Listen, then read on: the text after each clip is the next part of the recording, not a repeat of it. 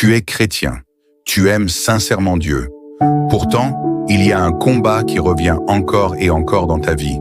Ce n'est ni le mensonge, ni le vol, ni la jalousie, ni l'orgueil. Mais ce sont des désirs charnels qui remontent toutefois en toi.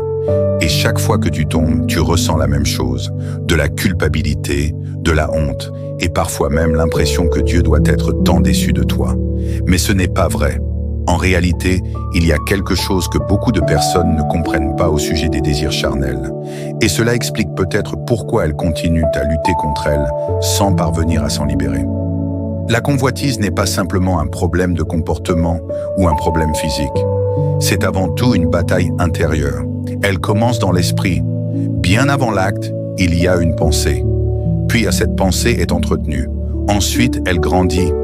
Et au moment où tu essaies de résister, elle a déjà pris le contrôle. Jésus l'a dit clairement dans Matthieu 5, 28. « Mais moi, je vous dis que quiconque regarde une femme pour la convoiter a déjà commis un adultère avec elle dans son cœur. » Ici, l'objectif de Jésus n'était pas de condamner, mais de révéler où se trouve le véritable champ de bataille, dans le cœur et dans l'esprit, pas seulement dans le corps. Et si tu penses être le seul à vivre ce combat, rappelle-toi de David. David était un homme selon le cœur de Dieu. David était un adorateur fidèle, un guerrier, un homme que Dieu avait personnellement choisi. Pourtant, un soir depuis son toit, il aperçut Bethsabée. Il regarda, puis il continua de regarder. Et ce qui suivit entraîna une série de péchés qui marquèrent profondément son histoire. Adultère, tromperie et même le meurtre. Tout cela à cause d'un regard qui n'a pas été maîtrisé. Le problème de David n'était pas un manque de foi. Il n'a simplement pas gardé ses yeux. Et la plupart d'entre nous font la même erreur. La question à se poser est donc, comment remporter cette bataille?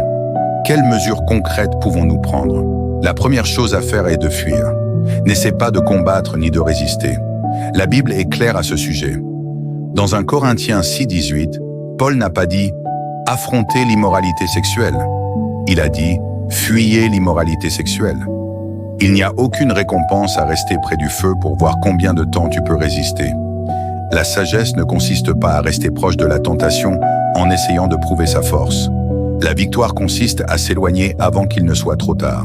Si une application est une source de chute, supprime-la. Bloque ce site. Change de fréquentation, change de routine, change de trajet. Peu importe ton déclencheur, ton rôle est de fuir, pas de négocier. Éloigne-toi-en. Regarde l'exemple de Joseph. Lorsque la femme de Potiphar tenta de le séduire en saisissant son vêtement et lui demandant de coucher avec elle, Joseph ne chercha ni à discuter ni à argumenter. Il ne resta pas pour voir jusqu'où il pourrait résister. Il s'est enfui. Il quitta la maison en laissant même son vêtement derrière lui. Ceci n'était pas de la faiblesse, c'était de la sagesse. Parfois, la décision la plus spirituelle que tu puisses prendre est simplement de t'éloigner complètement de la situation. Un instant de plaisir ne vaut jamais le prix de ton avenir. La deuxième chose à faire est de renouveler délibérément ton esprit. Romains 12, 2 dit « Ne vous conformez pas au siècle présent, mais soyez transformés par le renouvellement de l'intelligence. Ton esprit fonctionne comme un jardin. Ce que tu y plantes grandit. Si tu nourris la convoitise chaque jour à travers ce que tu regardes, écoutes ou fais défiler sur ton écran, alors tu arroses littéralement la chose même contre laquelle tu pries. Le renouvellement consiste à remplacer volontairement ces influences. Remplace ce qui te tire vers le bas par ce qui te rapproche de Dieu, c'est-à-dire plus de paroles de Dieu, plus de louanges, plus de prières, moins de ce qui nourrit les désirs que tu cherches à vaincre. Le psalmiste déclare dans le psaume 119, 11 « Je serre ta parole dans mon cœur afin de ne pas pécher contre toi ». La parole de Dieu n'est pas seulement une lecture occasionnelle, c'est une arme spirituelle que tu portes chaque jour.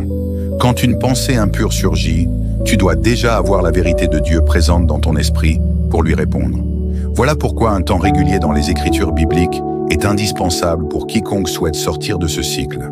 Tu ne peux pas affamer la chair tout en continuant à consommer avec tes yeux ce qui nourrit précisément ce que tu cherches à vaincre. Les deux ne peuvent pas coexister longtemps. À un moment donné, l'une des deux influences prendra le dessus. La troisième chose à faire est de sortir du silence et de la honte. Voici souvent l'étape la plus difficile. Pourtant, celle-ci est très essentielle. La honte pousse à se cacher. La honte te pousse au silence. Elle te fait croire que personne ne doit savoir ce que tu traverses. Elle te convainc que tu dois porter ce fardeau seul, car ceci brisera l'estime que les gens ont pour toi. Mais Jacques 5,16 déclare que « Confessez donc vos péchés les uns aux autres et priez les uns pour les autres, afin que vous soyez guéris. » Trouve une personne de confiance et spirituellement mûre, un pasteur, un mentor spirituel ou un ami mature dans la foi. Quelqu'un avec qui tu peux être honnête. Les désirs impurs se développent dans l'obscurité, mais elle perd de sa puissance dès qu'elle est exposée à la lumière. Il est important de comprendre ceci. La honte ne vient pas de Dieu. Romains 8,1 nous rappelle que « Il n'y a donc maintenant aucune condamnation pour ceux qui sont en Jésus-Christ. » L'ennemi utilise la honte pour te maintenir isolé, car un chrétien isolé est un chrétien vulnérable. Lorsque tu confesses ta lutte et que tu acceptes l'aide d'un frère ou d'une sœur dans la foi, tu ne fais pas preuve de faiblesse. Tu fermes simplement l'une des principales portes par lesquelles la tentation exerce son pouvoir. Tu n'as pas besoin de raconter ton histoire à tout le monde. Une seule personne de confiance peut faire une immense différence. Une voix sûre, remplie de l'esprit, qui puisse prier avec toi et prendre régulièrement de tes nouvelles. Quelqu'un qui te pose les bonnes questions. Quelqu'un qui t'encourage à rester fidèle. Bien souvent, cette forme d'accompagnement brisait des chaînes que des années de lutte solitaire n'avaient jamais réussi à détruire. Avant de terminer, je voudrais que tu retiennes ceci. Tu n'es pas rejeté par Dieu. Tu n'es pas disqualifié. Le fait de lutter contre les désirs charnels ne fait pas de toi un faux chrétien. Cela signifie simplement que tu as besoin, comme chacun de nous, de la grâce de Dieu. Et cette grâce est toujours disponible, aujourd'hui et maintenant.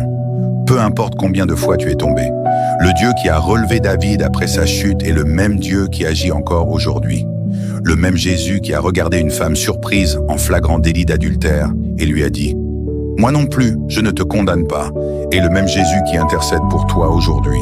Mais sa grâce n'est pas une excuse pour rester prisonnier du péché. C'est une main tendue pour t'aider à te relever. Alors souviens-toi de ces 3 étapes et mets-les en pratique. Non pas pour mériter l'amour de Dieu, mais parce que tu l'as déjà reçu et que tu mérites de te battre pour la liberté qu'il t'offre. Comme le dit Philippiens 4,13, « Je puis tout par celui qui me fortifie ». Voici donc ton défi pour cette semaine. Choisis une seule de ces 3 étapes. Mets-la en pratique. Commence simplement par là. C'est ainsi que la transformation commence. La transformation durable ne naît pas d'un changement spectaculaire du jour au lendemain. Elle naît de petites décisions fidèles, répétées encore et encore.